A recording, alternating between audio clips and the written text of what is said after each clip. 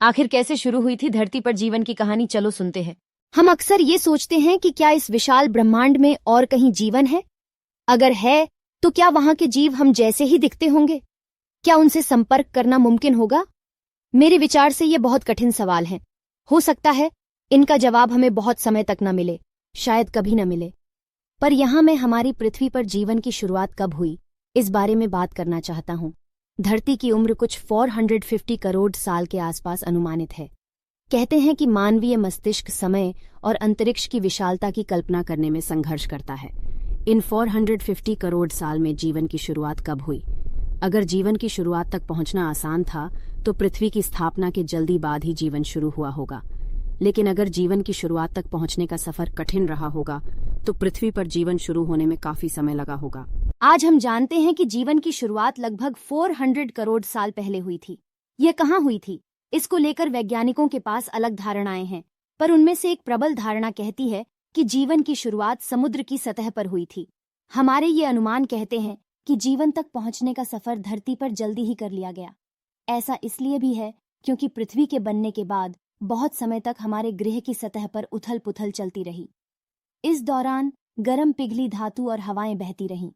ऐसे वातावरण में कार्बन पर आधारित जीवन का पनपना असंभव था। जब पृथ्वी का तापमान गिरा, जीवन की शुरुआत तभी संभव थी। ऐसा सोचे तो लगता है कि जीवन का उद्भव आसान होता है, और अगर वो धरती पर आसान रहा है तो ब्रह्मांड में और जगह भी आसान रहा होगा। मेरे विचार से ऐसा सोचना ठीक है, पर उसके बाद जो धरती पर हुआ उससे यह सवाल थोड़ा पेचीदा हो जाता है। पहले जीव जो धरती पर आए उन्हें अंग्रेजी में प्रोकारियोटी कहा जाता है। इन जीवों में न्यूक्लियस यानी केंद्रक नहीं होता, और हमारी कोशिकाओं के मुकाबले में यह बहुत सरल होते हैं। बैक्टीरिया प्रोकैरियोट किस्म के होते हैं।